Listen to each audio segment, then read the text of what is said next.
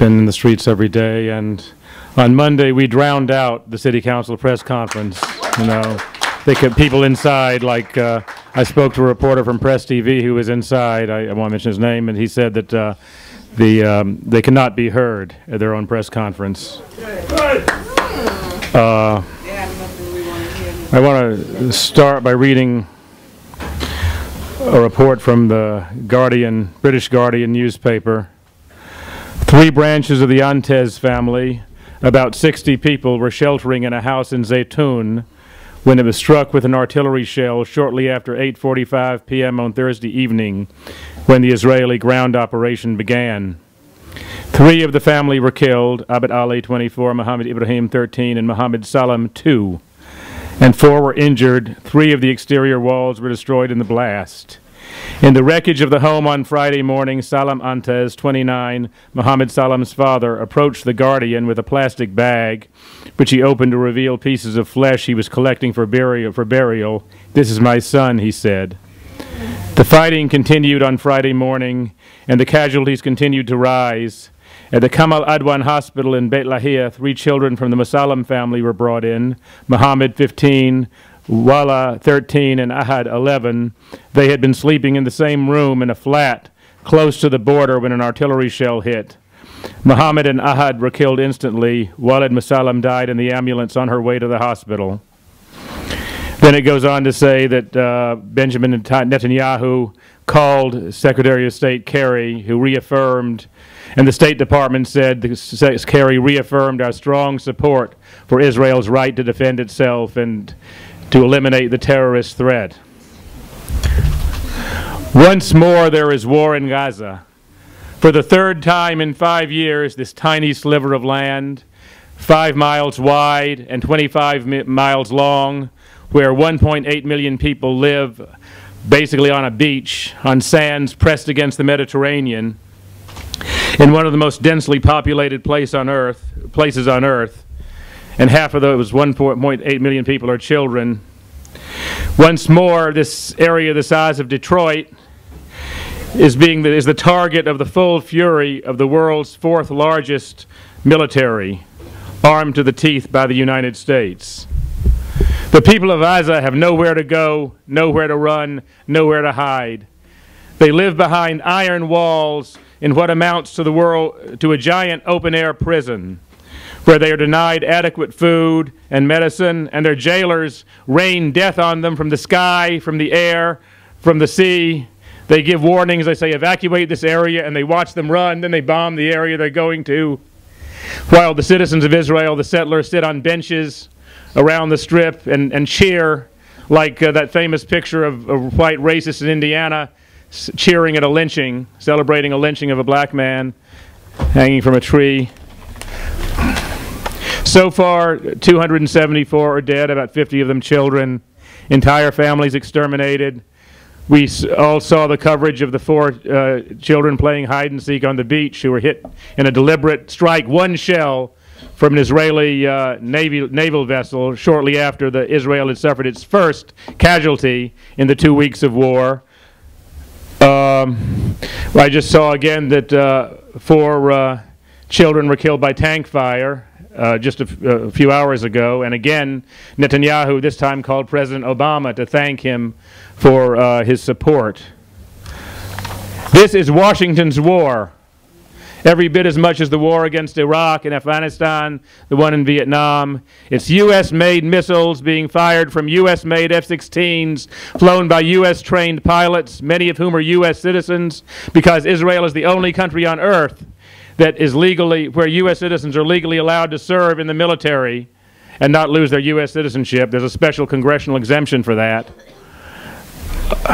In how many ways does the United States support Israel, fund Israel? Let me count the ways. There are $3.5 billion direct military aid. That's more than any other country on earth. And it includes weapons that the U.S. will not sell or give to any other country. And it's more monetarily than U.S. foreign aid to all of Africa, for example. It's 1/3 of the U.S. foreign aid budget, except it's all military. But Israel has its own huge military budget, weapons industry, and the United States buys something like $1 billion or more a year from Israel. So that's another $1 billion. Then there are the loan guarantees the United States gives to Israel that allows Israel to borrow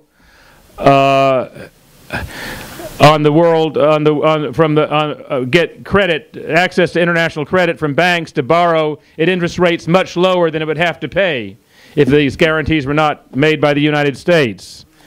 A lot of things that are covered in U.S. Military aid to Israel aren't even listed in the aid, like the Iron Dome so-called protective system that allows Israel to shoot down some, not all, of the rockets that are coming out of Gaza in self-defense, the Gazans in self-defense.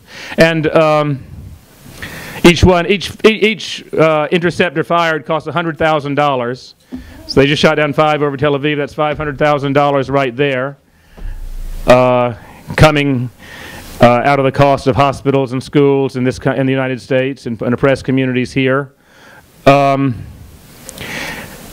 when the United States funded that project, that was a go-ahead. That was saying, go kill the people of Gaza because we will make sure they can't hit back. Then, of course, there's the fact that Israel sells arms around the world. If you look at the Israeli army, they're carrying U.S. arms, and then in other countries you'll see Israeli-made arms that are being sold. For example, apartheid South Africa bought its weapons from Israel. Rhodesia, the white settler state of Rhodesia, bought its weapons from Israel. All the death squad regimes in Latin America that the U.S. was embarrassed to openly support, in Chile and Guatemala and so on, bought their weapons from Israel, and the U.S. then gave weapons to Israel in turn. So it's like a three-way deal. The U.S. gets to arm countries that it's embarrassed to arm openly. Israel gets the money, and then the U.S. gives more weapons to Israel. There's the U.S.-Israel Free Trade Agreement, which was signed 10 years before NAFTA. There's $27 billion in trade, duty-free trade between the U.S. and Israel. Actually, the U.S. runs a $9 billion trade deficit with Israel, and this is just one more subsidy for this racist settler state. There are the tax exemptions for funds collected by agencies from the Friends of the Israeli Defense Forces to Myriad, the Jewish National Fund, so-called, which buys land in Palestine, in the state of Israel, where Palestinian Arabs are not allowed to live. There are the sums invested in Israel bonds. New York State and New York City both have millions of dollars in Israel bonds. The state of Ohio has $200 million in Israel bonds. So the funding comes not just from the state apparatus, but from the entire U.S. ruling class. You know, when I was looking at on TV for the last week at the Israeli spokesmen who were justifying the massacre of the people of Gaza, from the Israeli army spokeswoman Nibi Weiss up to Dori Gold, who is Benjamin Netanyahu's advisor, who was saying on TV, "We are part of the West." They're all from the United States by their voices. They're born here. So much of the elite of Israeli society is either from the United States, from Britain, from Australia. Westchester, yes. And who are the people of Gaza? The people of Gaza, these 1.8 million people, used to be the people of Tel Arabi, which is now called Tel Aviv, of Jaffa, of what's called now Rishon LeZion, and Herzliya, and all these areas along the Mediterranean coast that are now beach resorts and hotels and condos, many of them second homes for people from the United States. But they are, while the people of Gaza were cleansed from that land at gunpoint in 1948. You know, in 1948, when the State of Israel was created, in a massive act of ethnic cleansing, when nearly 1 million people were forced from their homes at gunpoint, thousands massacred, 800 villages wiped off the map, where General Moshe Dayan, an Israeli general at the time, defense minister way back when, said, we all know that every town and city of Israel is built on the ruins of a Palestinian village, or words to that effect. And there's this myth that Zionists and U.S. history books tell as well that the Arab armies all invaded Israel. I wish that were true, but in fact they entered the United Nations at the insistence of the Truman administration, had partitioned Palestine into a Jewish and an Arab state. And most of the land was given to the so-called Jewish state. But even before May 15th, 1948, when Israel declared its independence, the Zionist armed forces, the Haganah, the Irgun, the Stern Gang, and the Haganah was originally trained by the British to protect its oil pipeline from Iraq to Haifa, had entered the Arab territory and begun wiping out villages. April 9th, 1948, Deir Yassin, 264 people murdered, shot, lined up against the wall, bodies thrown down the well. There are many villages like that. Deir Yassin is the best known. And when the Arab armies came into the state, they only took up defensive positions in part of the land that was supposed to be an Arab state, and one of that areas was Gaza, that was held by the Egyptian army, and the majority and a huge number of Palestinians who were forced from their land wound up there.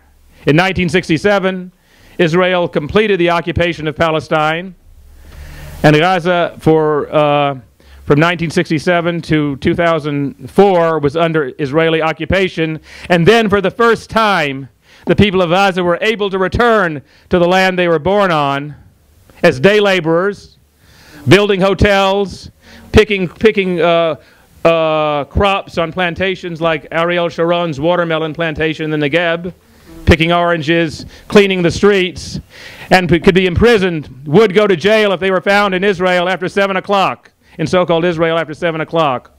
Like the signs you used to see in towns in the South that told black people, don't be caught here after sundown. In 2004, the resistance forced Israel, the cost of occupation forced Israel to pull out of Gaza. I was in Gaza for the first time in 1988 during the first Intifada. And then there were a large number of Israeli, really American, United States, settlers living in Gaza. And you could go to a camp like Jabalia, the most crowded refugee camp, most crowded place on earth at the time, and see people lining up for water from taps. And then outside there were plots of land that you'd think you were on Long Island with water gushing out of sprinklers outside split-level homes for U.S. settlers, except the water is not as abundant there as it is here. And when Israel evacuated Gaza, the United States paid $600,000 to every settler family to relocate them on the West Bank, where people live under a daily reign of terror.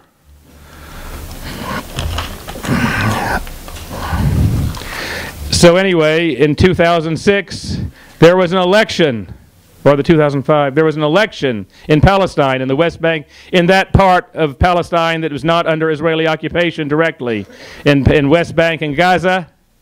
And the Palestinian people voted in a political party called Hamas. Hamas is an Islamic party. It comes out of the Muslim Brotherhood. But it is a party that said, we do not recognize the state of Israel. We believe our people have the right to live in any part of Palestine. And for the crime of casting their vote for that party, the state of Israel imposed a blockade on Gaza and did not allow in, only allowed in a certain number of calories a day, did not allow in construction supplies, did not allow in toys for children, did not allow in many kinds of medicine. And then in 2009, Israel launched a major campaign in Gaza to try to overthrow the elected government. And they rained death and destruction for 3 weeks. They invaded. And when they withdrew, 1,500 people were dead, including hundreds of children. Of course, entirely funded, supported by the United States. And whatever politicians say, oh, we think there should be a ceasefire, whatever. The money keeps flowing. The bombs keep flowing. You know, there are ships right now in Norfolk, Virginia being loaded up with weapons to go to Israel. There are planes right now taking off from airports around the country bringing weapons of mass destruction to Israel. Things like dense inert metal explosives which can produce a blast that severs an arm or a leg clean off.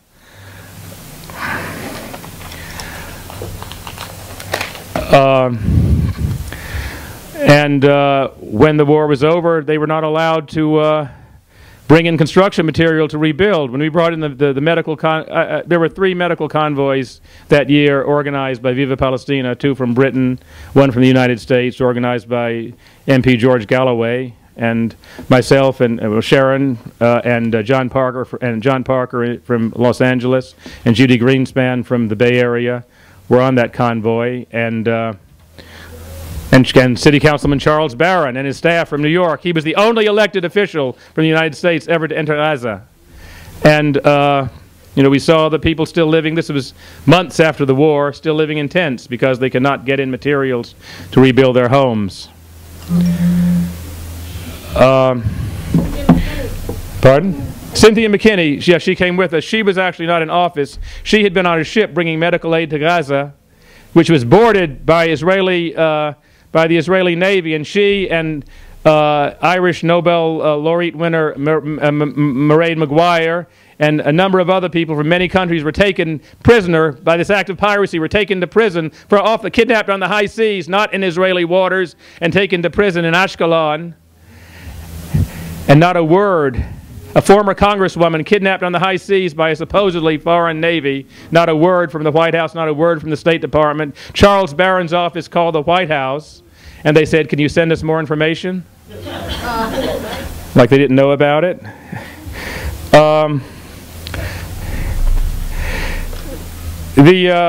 Of course, why is it that the United States is so committed to this racist settler state established on Palestinian land? It's obviously not out of any sympathy for the Jewish people, you know, who were turned away from this country during the Holocaust. It's not out of humanitarian sympathy for anybody. It's because, and some say, well, the United States is hurting its own interests by alienating so much of the world. But in the fact of the matter is that the position of the reason is the same reason the United States invaded Iraq, the same reason the United States has done anything in the world. Money, profit. There's a lot of money to be made, and the U.S. economy rests on the flow of oil profits invested by the Gulf regimes in the U.S. economy, something like $1 trillion or over. And the whole position of the dollar and of the U.S. banking system is intimately tied to that. And the position of Wall Street in the world rests on a balance of terror. It rests on the ability of the United States to disrupt and destroy around the world. And Israel basically, what they're operating in the Middle East is a giant protection racket. You know, we have this wild dog on a leash. We can turn them loose whenever they like, and whenever we like. And of course, there are the huge profits the military-industrial complex makes as well. That's a small part of it. Alexander Haig, who was Reagan's Secretary of State and National Security Advisor at various times, said, "Israel is our unsinkable aircraft carrier. Is our aircraft carrier, the biggest one in the world and the only one that can't be sunk." It still plays that role, and just like a gang boss whose reputation depends on people being in fear of them. This is even while the United States is reorienting towards, quote, towards the Pacific shift towards China, and while it's instigating the war in Ukraine, in East Ukraine, it needs to keep a gun at the head of the Arab people. It needs to keep the Arab world divided and weak. It needs to prevent the emergence of any power capable of economic independence in a part of the world that has so much resources. There is no reason for the United States to have a role there if it were it not for the presence of Israel and its ability to, you know, it's like, you know, we can hold him back, you know, if you do what we say. But there's a more immediate reason that's arisen in the next few years, which is that huge natural gas deposits have been found off the coast of Palestine, including off Gaza. Yeah. And there are, Israeli corporations like the Dalet Group, which are determined to get the rights to those, and they are intimately tied to U.S. banks. For example, there's a hedge fund run by a guy named Henry Zveka, who's one of the big funders. He's a billionaire, a U.S. billionaire, who's one of the big funders of settlements on the West Bank and of the most right-wing forces, racist forces in Israel. And he set up a company called Highbridge Capital Management that makes money speculating, a hedge fund that makes money speculating in oil and natural gas. And a couple of years ago, that hedge fund was acquired by J.P. Morgan after he'd built it up, you know. So for the United States, the message to the world is the same as that of a Roman general who said, "Let them hate, so long as they fear." But the people of Gaza, the people of Palestine, who had the misfortune to be born in a part of the world, in a country that's where Asia meets Africa, in an area of the world with most of the world's energy resources that is so critical to monopoly capital, the people of Palestine do not fear. With all this force arrayed against them, like the people of the Warsaw Ghetto so many years ago, they are fighting back, and the rockets are still flying. And while Israeli casualties have been low, the economic disruption in the state of Israel has been tremendous. And they are determined to continue because even at the heavy cost, you know, Israel claimed there was a ceasefire proposal which the Palestinian people rejected. No, it was an ultimatum. You accept our terms, you know, but Hamas has made its own proposal. They said, we will give you peace from Gaza if you end the blockade and if you free the prisoners. There were hundreds of prisoners freed, people who had been on hunger strike for weeks, for days, for 6 months, and they were freed and they were rearrested in violation of the ceasefire agreement. Free our prisoners, end the blockade, and then we'll talk about a ceasefire. But for the people of Gaza, life is death under the blockade, and they are willing to fight. And we have to support their fight because they are fighting the same enemy we're fighting, the enemy we're fighting in Boston. Veolia Corporation is a big investor in occupied Palestine. They're building light rail systems for settlers. Apartheid, Israeli-only, settler-only light rail systems on the West Bank. It is the same enemy who is denying water to the people of Detroit, who is shutting down schools and hospitals around this country, who is laying off workers everywhere, who is denying the youth jobs, who is denying people in this country the right to health care, is the same enemy, and that's the corporate octopus on Wall Street, of which Israel is but an extension. It is the entire U.S. ruling class, the majority of whom, by the way, are claim to be white Anglo-Saxon Protestant Christians. You know, well, they are. You know, it's not. Our party has a long tradition of standing with Palestine. We were the first Youth Against War and Fascism. Our youth group was the first organization on the U.S. left to take to the streets for Palestine. And in the late 60s, we stood alone with SNCC and forces in the Black Liberation Movement, the Black Panther Party, in supporting the people of Palestine's right to return and live in peace and freedom in their entire country. And we did so many things. We organized the first teach-in on Palestine. All our meetings back then had to be defended against armed attack by groups like the Jewish Defense League. You know. After the events of the Munich Olympics, we mass distributed a flyer, hundreds of thousands in New York City and other cities, educating the people here. On May 3rd, 1981, we had the first Palestinian speaker at a major anti-war demonstration. And this week we've been in the streets every day with the Palestinian community.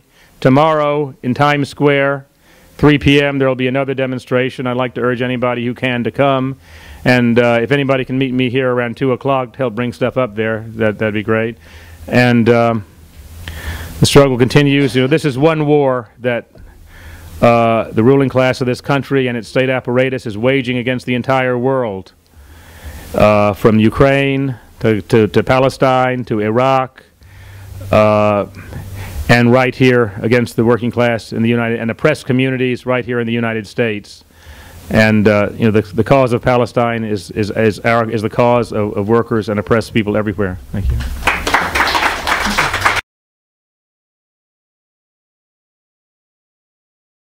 The blockade is a political struggle to break that blockade by Israel and by Egypt with the support of the United States. It's basically by the Washington, Tel Aviv, Riyadh axis, which has imposed the blockade on Gaza.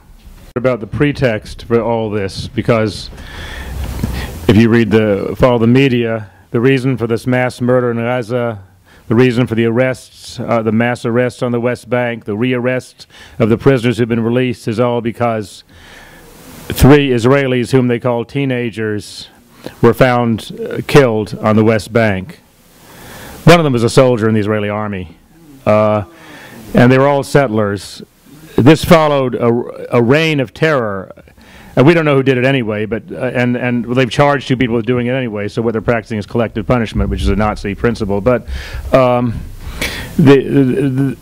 for months, for years, there's a constant reign of terror on the West Bank against Palestinian villages, Palestinian neighborhoods, by settlers and by the army. Hardly a week goes by in the past year that a young Palestinian hasn't been murdered by the army or police. And the settlers, they routinely go to farms, they pull up olive trees, they throw rocks through people's windows, they go into Palestinian neighborhoods with guns and start beating people up.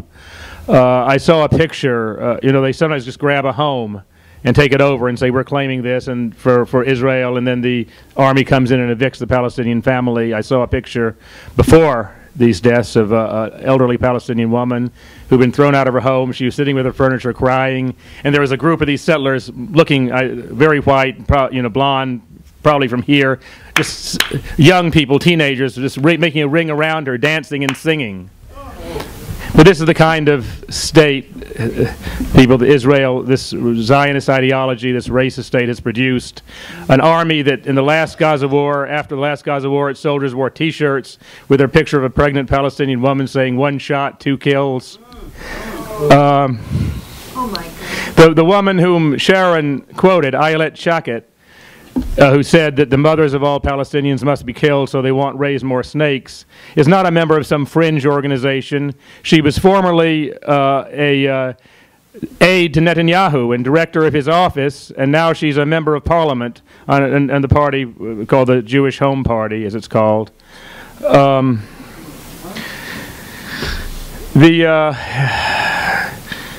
As far as Dolores' question, I think about Egypt, that's very important. I'm glad you raised that, because there are 2 preconditions for the assault that Israel is launching against Gaza, and that is, one is the war in Syria, instigated by the United States. Remember, Israel suffered its first military defeat, major military defeat, in 2006 in Lebanon at the hands of the Lebanese resistance led by Hezbollah, with assistance, material assistance from Iran and Syria. And the war in Syria has weakened the ability of forces in the Arab world, the forces of resistance, which is also aimed at the Lebanese resistance. It's aimed at Hezbollah. And they're creating this sectarian war the U.S. is trying to instigate across the Arab world in collusion with the Gulf regimes who are like Saudi Arabia, who are funding the terrorists in Syria. This is the first precondition. And the second was the military coup in Egypt, which some progressives supported because they didn't like the Islamic Brotherhood. But they have imposed a military regime that is completely beholden, completely funded by Saudi Arabia and the United States. Kerry met with General Sisi, the new president who took power in a coup and then was allegedly popularly elected, and its hands are stained with blood. And it is shut down. It is in complete collaboration with Israel. You know, the Egyptian army has a relationship to the United States unlike any other Arab army. It comes out of Camp David. This shows the role of Israel in the Arab world, because Israel had a strong nationalist revolution led by Gamal Abdel Nasser, and after his death, Egypt, yes, thank you. After his death, Israel had occupied the Sinai Peninsula and shut down the Suez Canal, and it was only the precondition for the United States having Israel agree to Camp David and end the occupation of Sinai and allowing the Suez Canal, which is Egypt's major source of income, to reopen, was that was the coming to power of an Egyptian clique that was friendly to the United States, that broke with the socialist camp, that opened the Egyptian economy to U.S. and other Western companies, and that's what the Camp David agreement was about. And since then, the Egyptian army has been working hand in glove with the Pentagon, closely tied to the Pentagon, trained here, and with Israel.